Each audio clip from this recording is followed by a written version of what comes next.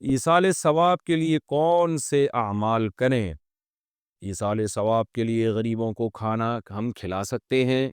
نیز اور کون کون سے ایسے کام ہیں جو ایصال ثواب کے لیے ہم کر سکتے ہیں؟ انم صاحبہ کراچی سے، سارے سوال خواتین ہی پوچھ رہی ہیں،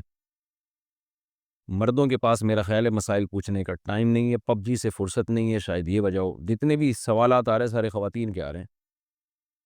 ایصال ثواب کے لیے کون سے اعمال کریں؟ دیکھیں، ایصال ثواب کے لیے پوچھا ہے کہ غریبوں کو کیا کھانا کھلا سکتے ہیں؟ جی بالکل کھلا سکتے ہیں، لیکن غریبوں کو یہ نہیں بتائیں کہ ہمارے ابا کا انتقال ہو گیا، اس میں ہم تمہیں کھلا رہے ہیں، وہ سمجھیں گے خوشی میں کھلا رہے ہیں۔ اور اگر وہ یہ بھی نہ بھی سمجھے کہ خوشی میں کھلا رہے ہیں، تو وہ یہ چاہیں گے کہ اللہ کرے سب کے ابا کا انتقال ہو جائے تاکہ روزانہ یہ لنگر ملتا رہے ہمیں، تو ان کو بس یہ بتانے کی ضرورت نہیں ہے۔ تبھی یہ جو مخصوص دنوں میں کھانے کھلائے جاتے ہیں، تیجا ہے، 40واں ہے، ہم اس کو بدعت سمجھتے ہیں، کیونکہ کوئی دن خاص کر لینا صدقہ و خیرات کے لیے جبکہ اس کی شریعت میں کوئی اصل نہ ہو، تو یہ بدعت عمل ہے۔ اور اس پہ غریب کہتے ہیں، آج جو ہے نا وہ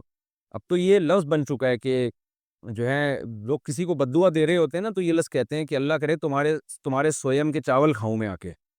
یعنی اس کا مطلب لوگوں نے یہ سمجھ لیا کہ میت اور کھانا ساتھ ساتھ ہیں، حالانکہ کھانا تو ولیمے کے موقع پر ہوتا ہے،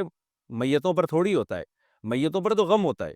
تو آپ نے اگر ایصال ثواب کے لیے صدقہ کرنا ہے یا کسی کو کھانا کھلانا ہے تو چپکے سے جا کے کھلا دیں، ان کو یہ نہ بتائیں کہ میرے ابا کا انتقال ہو گیا یا فلاں مر گیا تو میں اس کے ثواب کے لیے کھلا رہا ہوں، بس صدقہ کرنا ہو، دل میں نیت کریں کہ اس کا ثواب فلاں کو پہنچے۔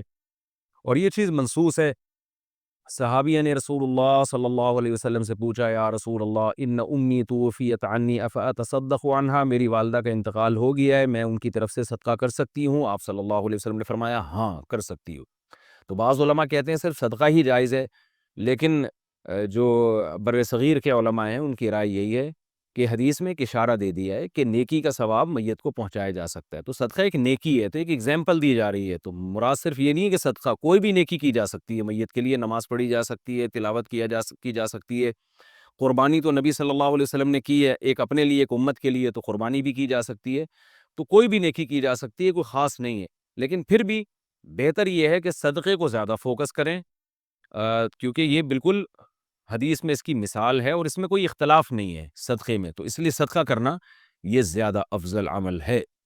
اور دعائیں کرنی چاہیے میت کے لیے۔